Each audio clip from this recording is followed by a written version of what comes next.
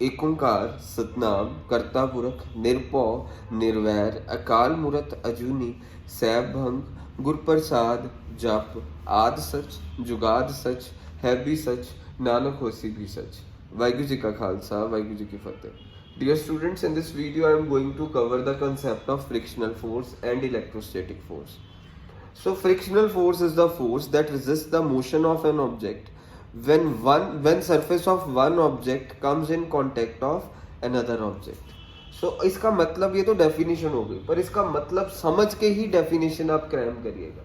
Suppose यहाँ पे एक पर्सन ए चल रहा है, उसके जो से शूज का सरफेस है और एक जमीन है।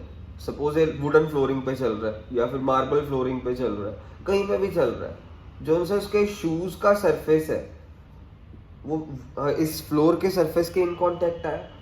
जब एक सरफेस दूसरे सरफेस के कांटेक्ट में आता है तो ये वाला सरफेस इस सरफेस के मोशन को रोकने की कोशिश करेगा और ये वाला सरफेस इसके मोशन को रोकने की कोशिश करेगा। सो frictional force is the force that resists the motion of an object when surface of one object comes in when surface of one object comes in contact with surface of another object। ये contact force ही हो गई।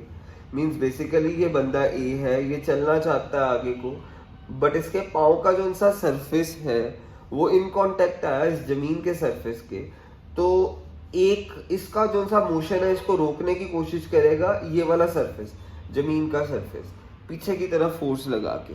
सो वो force की value क्या होगी अभी मैं आपको बताऊंगा। So frictional force is the force that resists the motion. Resist means रोकना। Frictional force is the force that resists the motion of an object when surface of one object comes in contact with surface of another object. Means ये बंदे का पाँव के जो से shoes है उसका सरफेस इस जमीन के सरफेस के साथ इन कांटेक्ट आया तो जमीन का सरफेस इसको रोकने के लिए फोर्स लगाएगा, तो वो जो फोर्स है वो फ्रिक्शनल फोर्स है। और वो फ्रिक्शनल फोर्स का फॉर्मूला होता है mu.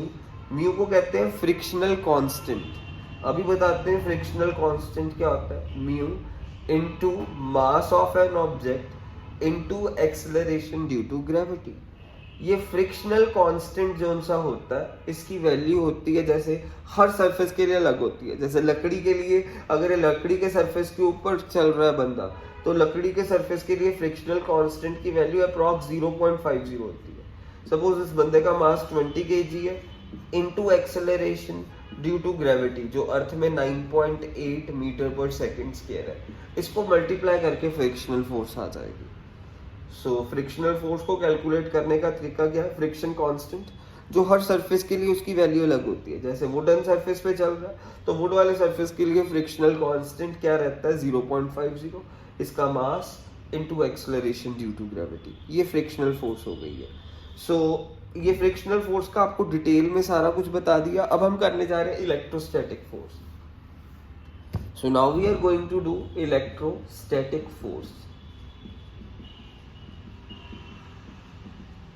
Electrostatic force basically it is the force of attraction and force, इसको कहते हैं क्या, force of attraction and repulsion। Electrostatic force is the force of attraction and repulsion between particles due to electric charge। Force of attraction and repulsion between particles due to electric charge। अब इसका देशी भाषा में मतलब समझने के लिए example देखिएगा। Between particles due to electric charges, इसे कूलम्ब फोर्स भी कहा जाता है। इस इलेक्ट्रोस्टैटिक फोर्स का दूसरा नाम है कूलम्ब फोर्स। वो भी बताएंगे इसको कूलम्ब फोर्स क्यों कहते हैं। सो इलेक्ट्रोस्टैटिक फोर्स की एग्जांपल जरा समझेगा। आप कॉम्ब को ना अपने बालों में रब करेंगे तो कॉम्ब के पास क्या आ गए, चार्जेस आ गए।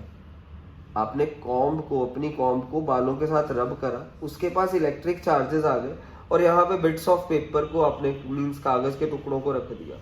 ये कॉम्ब क्या करेगी, इन कागज के टुकड़ों को अपनी तरफ अट्रैक्ट करेगी।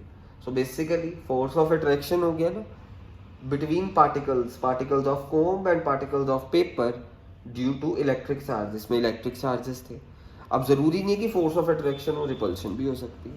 सो electrostatic force is the force of attraction and repulsion between particles due to electric charge.